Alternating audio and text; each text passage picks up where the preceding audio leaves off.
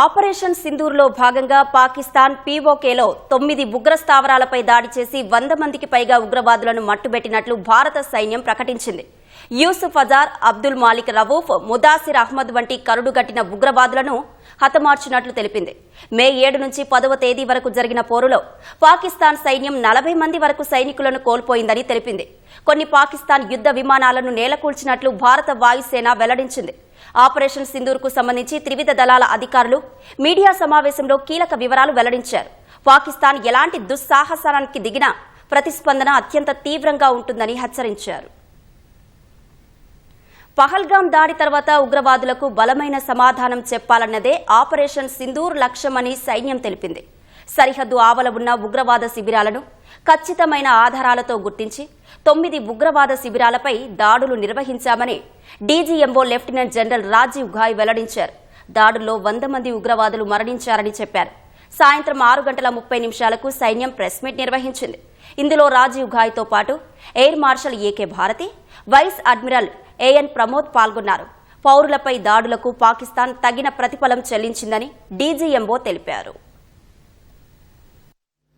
This was with an obvious intent to deduce and identify the exact vector that was required for their neutralization, as also the eyes in the sky that we would send up to ensure that we brought back evidence that we had indeed targeted what we set out to. The precise images of these engagements on that fateful and historical night have already been showcased during the first press statement on the 7th of May that was helmed by our Foreign Secretary. I have no doubt in my mind that we achieved total surprise, and those strikes across those 9 terror hubs left more than 100 terrorists killed, including high-value targets such as Yusuf Azhar, Abdul Malik Rauf and Mudassir Ahmed that were involved in the hijack of IC-814 and the Pulwama blast. The line of control was also violated soon after by Pakistan, and the erratic and rattled response of our enemy was apparent from the number of civilians, inhabited villages and religious sites such as Gurudwaras that were unfortunately hit by them, leading to a sad loss of lives. The Indian Air Force played a major part in these strikes by engaging some of these camps, and the Indian Navy provided wherewithal in terms of precision munitions. The Indian Air Force obviously had their assets up in the sky, and I will here request Air Marshal Bharti, the Director General of Air Operations, to detail for you the methodology.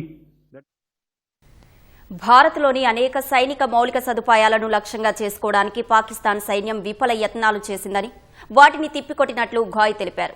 భారత సైనిక చర్యలో 35 నుంచి 40 మంది పాకిస్తాన్ సైనికులు ప్రాణాలు కోల్పోయారని వెల్లడించారు. Now coming to Bhavalpur, this is the target complex that we are dealing with, a fairly large target complex. So we had to carefully choose the points that we needed to address, which were high value and which would meet our stated objectives of eliminating the terrorists. I would like to draw your attention to this red canopy, and in relation to that I would cover the targets. One target system is a series of buildings here, other one here and other one out here. Next slide please. This is how it looked before, and this is how the building looked after the impact of the weapon, and orientation in relation to this red canopy you can see here. Next please. Before, next, and after.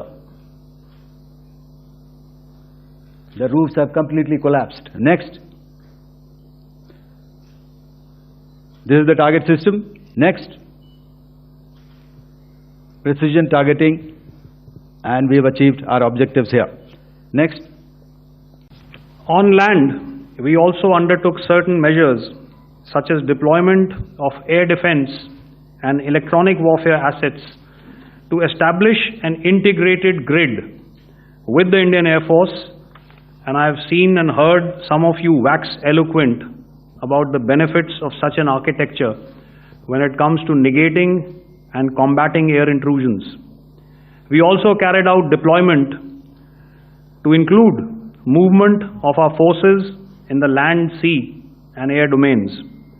The night of the 9th and the 10th of May saw similar intrusions by drones and aircrafts, and this time there was a concerted effort to target airfields and some very, very important logistic installations, albeit yet again unsuccessful and denied gallantly and efficiently, I must say, by the integrated Indian Air Force and Indian Army Air Defence. We further strengthened our deployment and also initiated some pressure points to send a very clear and unambiguous message to the other side to desist from any misadventures on land. Some of the airfields and dumps saw repeated attacks in waves from the air. All were thwarted. The Pakistan Army has reported to have lost approximately 35 to 40 personnel in artillery and small arms firing on the line of control between the 7th and the 10th of May. What the other side had probably also not reckoned with was the speedy and precise turnaround and hit back by the Indian Air Force. And I will yet again Bahawalpur మురుద్కే ఉగ్రస్థావరాలపై భారత వైమానిక దళం ఖచ్చితమైన దాడులు చేసినట్లు air marshal AK Bharati తెలిపారు. దాడులకు ముందు ఆ తర్వాత ఘటనా స్థలి దృశ్యాలను ఏకే భారతి తెరపై ప్రదర్శిస్తూ వివరించారు. పాక్ గుంపులుగా డ్రోన్ల దాడికి పాల్పడిందని, తక్షణమే భారత్ వాటిని సరిహద్దు ఆవలే ధ్వంసం చేసిందని పేర్కొన్నారు. డ్రోన్లతో దాడుల సమయంలో పాకిస్తాన్ పౌర విమానాలను ఆకాశంలోకి తీసుకువచ్చినట్లు ఏకే భారతి అన్నారు. పాకిస్తాన్ దాడులకు ప్రతిచర్యగా లాహోర్, గుజ్రన్వాలా, సర్గోదా, రాహిర్ యార్ఖాన్ చెక్లాలా, సకర్, భొలారి, జకోబాబాద్ స్థావరాలు, రాడార్ సెంటర్లను దెబ్బతీసినట్లు చెప్పారు. భారత్ పాక్ ఘర్షణలో ఇండియన్ యుద్ధ విమానాల పైలట్లు అంతా సురక్షితంగా ఉన్నారని ఎయిర్ మార్షల్ పేర్కొన్నారు. I never mentioned of any of the weapons, the caliber that we used. All right, so we leave it at that. Those are matters of operational details which I would not like to go into. But suffice to say that whatever methods and whatever means we have chosen, it had the desired effects on the enemy targets. How many casualties? How many injuries? Well, to start with, our aim was not to inflict casualties, but in case there have been, it is for them to count. Our job is to hit the target, not to count the body back. This is what the terror infra at Muridke looks like.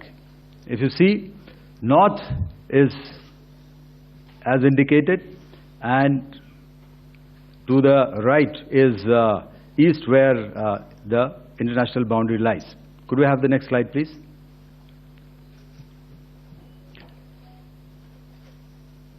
Orientating. Just go back to one slide. Okay. Please have a look at this red building. The series of buildings out here and this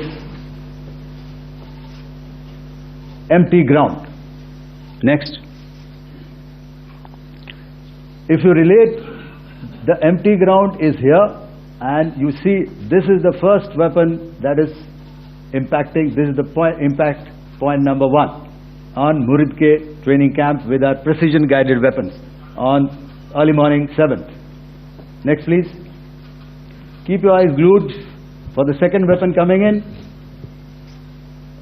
and the second impact on the selected target point. Next slide please.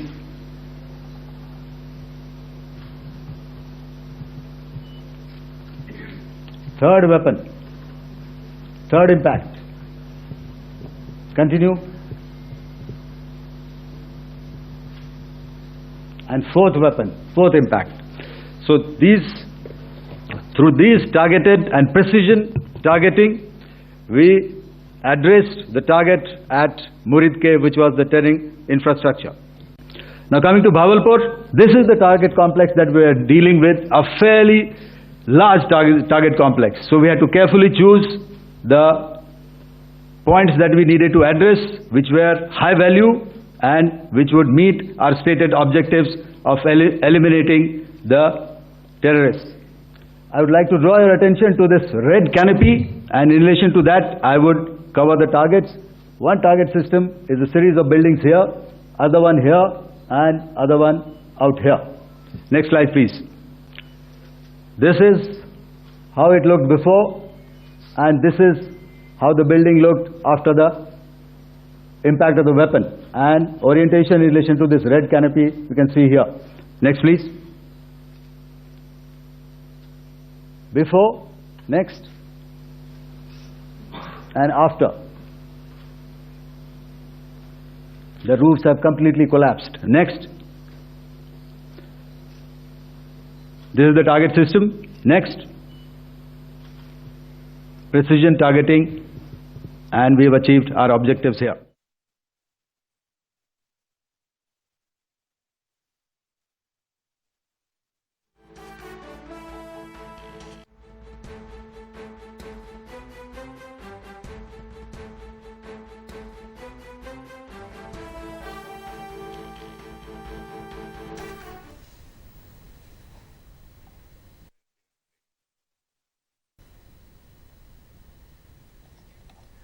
Pakistan ఎలాంటి కవ్వింపులకు దిగినా ప్రతిచర్యలకు సంపూర్ణ అధికారాలు military కమాండర్లకు వచ్చాయని vice admiral AN Pramod స్పష్టం చేశారు. చొరబాటుకు యత్నించిన పాక్ యుద్ధ విమానాలను కూల్చామని, వాటి సంఖ్యపై తమ వద్ద స్పష్టమైన సమాచారం ఉందని చెప్పారు. రేపు మధ్యాహ్నం ఇరు దేశాల డీజీఎంఓల మధ్య చర్చలు ఉంటాయన్నారు. సైన్యం వాయుసేనలకు మద్దతుగా నిలిచిన భారత నౌకాదళ శక్తికి భయపడే పాకిస్తాన్ కాల్పుల విరమణ ఒప్పందానికి అంగీకరించిందని ఏఎన్ ప్రమోద్ వివరించారు.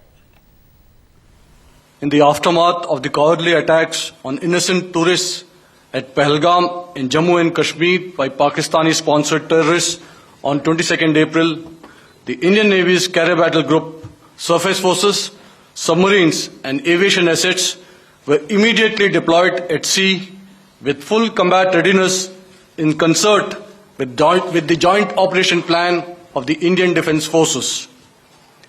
You may be aware that we tested and refined tactics and procedures at sea during multiple weapon firings in the Arabian Sea within 96 hours of the terrorist attack. The aim was to revalidate our crew, armament, equipment and platform readiness to deliver various ordnance on selected targets precisely. Thereafter, our forces remained forward deployed in the northern Arabian Sea in a decisive and deterrent posture with full readiness and capacity to strike select targets at sea and on land, including Karachi at time of our choosing. The forward deployment of the Indian Navy compelled Pakistani naval and air units to be in a defensive posture, mostly inside harbors or very close to the coast, which we monitored continuously. The Indian Navy maintained seamless maritime domain awareness throughout the duration and was entirely aware of the location and movement of Pakistani units. In effect, we had and continue to have good battle space transparency using our maritime domain awareness grid. As you are aware, our response has been measured, proportionate, non-escalatory and responsible from day one. Accordingly, the calibrated approach considered all options, including the ability of the Indian Navy for offensive action from and at sea.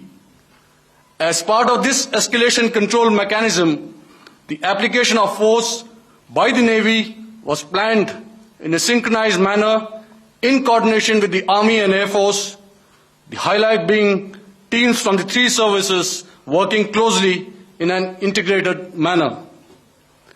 Along with the kinetic actions by the Indian Army and Indian Air Force, the overwhelming operational edge of Indian Navy at sea contributed towards Pakistan's urgent request for a ceasefire yesterday. As we speak, Indian Navy remains deployed at sea in a credible deterrent posture to respond decisively to any inimical action by Pakistan or Pakistan-based terrorists. Thank you.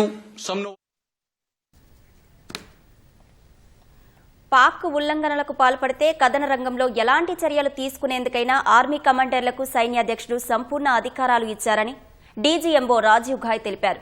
సమీక్ష నిర్వహించిన chief of army staff భారత సార్వభౌమత్వానికి భంగం కలిగించే ఎలాంటి చర్యలకైనా నిర్ణయాత్మకమైన సమాధానం చెప్పాలని ఆదేశించినట్లు DGMO తెలిపారు. We have earlier today sent another hotline message to my counterpart highlighting these violations of the understanding between the DGMOs on the 10th of May and our firm and clear intent to respond to these fiercely and punitively, if repeated tonight, subsequently or later.